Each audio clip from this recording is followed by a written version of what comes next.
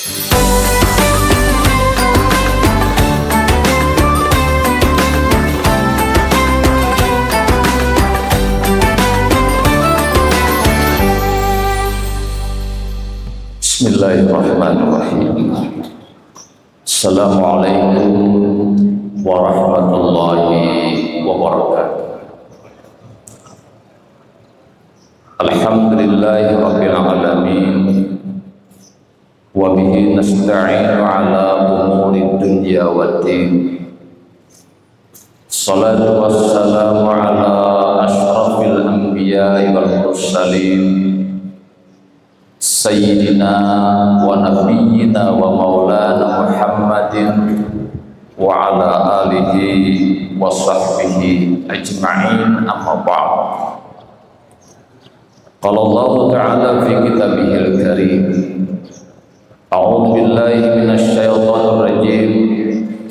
Bismillahirrahmanirrahim.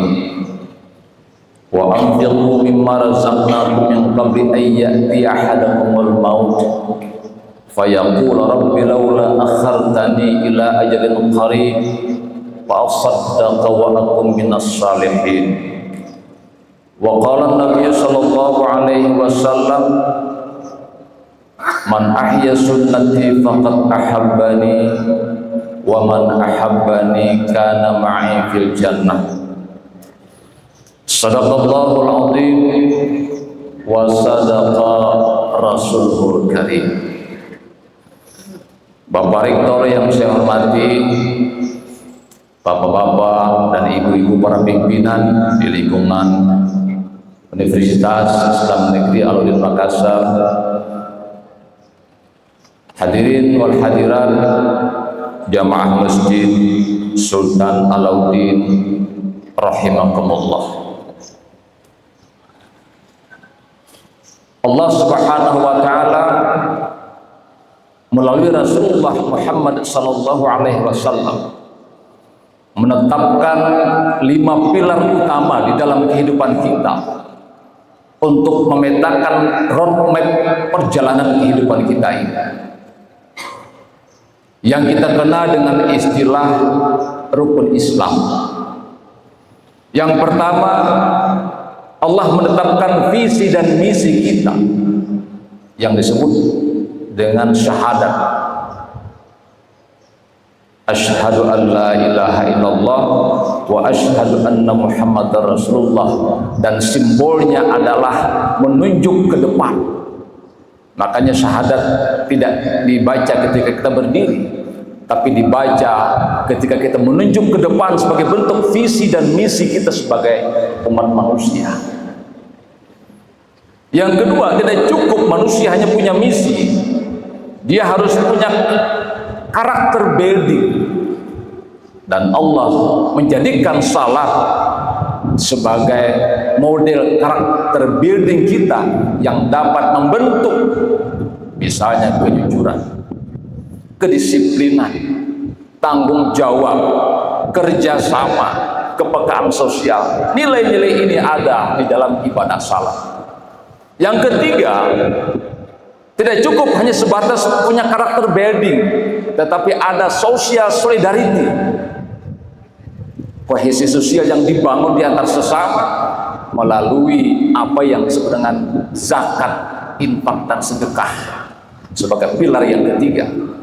Dan manusia harus punya self controlling yang dibangun melalui ibadah puasa.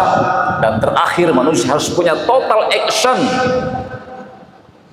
yang disimbolisasikan di dalam ibadah haji. Saya ingin membahas visi misi.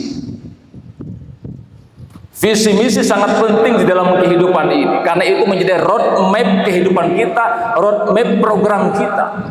Dan sudah benar Allah Subhanahu wa taala menetapkan visi misi melalui Nabi Muhammad dengan ucapan asyhadu an la ilaha illallah wa asyhadu anna Muhammadar Rasulullah, atau minimal la ilaha illallah Muhammad Rasulullah. Kalau visi itu benar dan tepat, maka dia menjadi guidance buat kita semua dalam menjalankan roda kehidupan. dan misi ini harus kita ikuti. Kita breakdown ke dalam misi institusi, misalnya UIN, visi misinya yang sering kita dengar secara singkat sederhana saja, kampus peradaban, Pancacita. Itu adalah visi misi kita. Kalau visi misi ini menjadi sebuah narasi kolektif yang menjadi kesadaran alam bawah sadar kita semua, maka kita secara simultan dan bersama akan menghadirkan kampus peradaban yang berbasis Pancacita itu. Itu guna daripada visi misi dakwah FDK bermartabat. Mantap Pak. Makanya itu martabatnya di breakdown dengan cara memperbanyak beliau sumbangan-sumbangan ke mana-mana. Itu martabatnya FDK itu. Itu visi Pak. Dan itu mewarnai dinamika di fakultas. Kalau fakultas saya tagline-nya adalah kampus beradab. Kita upayakanlah bagaimana membangun peradaban melalui yang kecil sehingga yang besar. Coba bayangkan kalau kampus ini, kalau kita sebut kampus peradaban dengan 5 Pancacitanya, semua sadar menjadi sebuah kesadaran kolektif, maka betul kampusnya akan menjadi sebuah kebanggaan kita semua. Nah, sebelum membaca visinya, tagline-nya daripada Fakultas Syariah, kalau tidak salah di situ bunyinya hukum atau semua atau apa, kecil-kecil Pak, kasih besar sedikit supaya kelihatan. Ada tuh anunya di situ kuliah, tapi kecil, kasih besar sedikit. Apa? Supaya itu menjadi draft bersama, dinamika bersama. Saya sampaikan bahwa narasi yang dibangun itu mempengaruhi terhadap performa dan kinerja seseorang atau performa lembaga.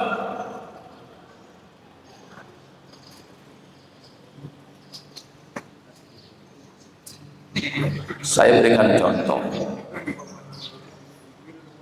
Dahulu ada tagline perjuangan orang, pahlawan kita, merdeka atau mati, dan mereka dapatkan kemerdekaan. Baru kemudian mereka meninggal atau sebagian meninggal duluan. Hanya saja kadang di Indonesia ini membuat istilah itu kadang-kadang tidak tepat menurut saya, kurang tepat. Misalnya dahulu ada kurikulum Merdeka Belajar, Kampus Merdeka. Merdeka Belajar, Kampus Merdeka. Dalam imajinasi anak-anak Gen Z, yang namanya merdeka itu bebas. Bebas, tidak ada. Bebas asap rokok, apa artinya itu? Tidak ada asap rokok. Jadi kalau merdeka belajar, bisa dipahami mereka, nggak usah belajar. Makanya anak-anak kemudian ya mulai mengalami kemalasan mungkin dalam belajar. Jadi istilah-istilah semacam ini harus mungkin dimodifikasi untuk lebih baik lagi. Saya ingin mengkritisi tentang tagline zakat. Ini sebenarnya fokus utamanya saya, infak dan sedekah. Sebagian besar para penceramah berkata di atas mimbar, ayo bayar zakat, berinfak dan bersedekah untuk membantu orang-orang miskin. Kalimat inilah yang terindoktrinasi dalam pikiran masyarakat, bahwa zakat kemudian juga infak sedekah untuk membantu orang-orang miskin. Padahal hemat saya sejatinya tagline-nya adalah infak dan sedekah dan zakat itu untuk menyelamatkan orang-orang kaya. Jadi tolong Bapak sebarkan kalimat ini, bahwa infak dan sedekah serta zakat itu untuk menyelamatkan orang-orang kaya. Kenapa? Disebabkan karena di dalam harta orang-orang kaya ada hak fakir miskin. Khuz min amwalihim sadaqatan tutahhiruhum wa tuzakkihim. Jadi Bapak yang berpunya, kalau saya mintai sumbangan untuk kegiatan apa namanya ini, buka puasa, itu untuk menyelamatkan Bapak, bukan untuk menolong anak-anak mahasiswa. Tapi karena doktrinasi selama ini kan, narasi yang dibangun bahwa zakat itu membantu fakir miskin, maka orang-orang kaya seakan-akan dia bereforia, memberikan sebuah citra dialah yang memberi banyak orang, padahal sebenarnya yang diberi itu adalah hartanya memang orang miskin. Dan perlu digaungkan kepada masyarakat bahwa membayar zakat, berinfak dan bersedekah adalah sesuatu yang sangat menggembirakan. Itu kalau kita sadari, kita paham. Jadi berbagi adalah sebuah aktivitas yang membahagiakan. Saya melihat itu di aktivitas Pak Capi dan kawan-kawan itu. Pak dikomandani oleh WR1, ada Pak Hasbi. Setiap hari itu uploadnya kebahagiaan terus. Biar Pak Capi beli ikan, bahagia tuh wajahnya. Pak Hasbi ngurusi macam-macam, bahagia juga. Atau Pak Bahar, Bapor, warawiri kemana-mana itu, bahagia sekali. Tidak ada kelihatan lelah dan capeknya mereka mengurusi. Termasuk itu panitia yang katanya 30 orang yang namanya relawan, itu dengan ceria mengurusi masalah makan mahasiswa. Kenapa? Karena pada saat itu berlaku al-yadul ulya khairum minal sufla. Membantu, menolong itu jauh lebih membahagiakan daripada hanya sekedar meminta. Benar Pak Capi ya? Sangat bahagia. Ada Pak Hasbi juga sangat ceria. Jadi Pak Rektor cocoklah Pak Capi atau Pak Hasbi kita pilih, kita tunjuk sebagai ketua MBG UIN Alauddin, yang tidak hanya mungkin nanti makan di bulan Ramadan, tapi seperti perguruan tinggi di Jogja namanya UII, Universitas Islam Indonesia, itu makan setiap bulan Pak, sekali rame-rame. Untuk apa? Membangun kohesi sosial di tengah-tengah lembaga kita. Jadi bagus juga Pak Rektor, saya siap menyumbang setiap bulan untuk makan sama-sama. Ayo kita di sini sama-sama makan, karena konon kata orang tua dahulu, kalau engkau ingin menjadikan rumah tangga utuh, saling menyayangi, makanlah bersama-sama mereka. Makanya di sosial ini gesellschaftnya sangat kuat, karena suka makan-makan. Ada undangan, ayo makan-makan. Dikit-dikit ada makan-makan. Itu maksudnya supaya terjadi ikatan sosial itu makan-makan tadi itu. Nah, jadi al-yadul ulya khairum minal sufla. Memberi, menolong, membantu itu lebih membahagiakan daripada sekedar meminta. Makanya saya perhatikan tuh, saya dengan Pak Rektor tadi 2-3 kali saya memperhatikan di sore hari, pekerja-pekerja di atas itu, relawan itu sangat ceria wajahnya, dengan senang hati mereka membantu. Padahal kalau ditanya berapa gajinya, mungkin tidak pernah dibilang deh Pak Arek, tidak pernah dibilang berapa itu mereka potong, enggak, mereka anu saja. Nah itu. Nah oleh karena itu hadirin yang saya muliakan, zakat, infak, sedekah ini saya kira harus kita bumikan di kampus kita. Karena sebenarnya saya ulangi secara substantif, dia akan tutahhiruhum, membersihkan harta kita. Hari ini kan kalau tidak salah banyak rudal-rudal yang ditembakkan ke WhatsApp masing-masing. SMS bunyi kan? Kalau tidak salah begitu. Wih, dapatnya segini, dapat sekian. Nah, itulah saya katakan, mari kita berbagi. Karena berbagi itu membahagiakan. Contoh saja misalnya Pak Capi, kalau Pak Capi misalnya mengundang Pak Rektor ke rumah, misalnya untuk makan dengan kawan-kawan, Pak Capi menyiapkan segala sesuatu. Pertanyaan saya kepada Pak Capi, apa yang paling membahagiakan Pak Capi kalau Pak Rektor datang ke rumah? Pak Capi, pasti Bapak Rektor makan.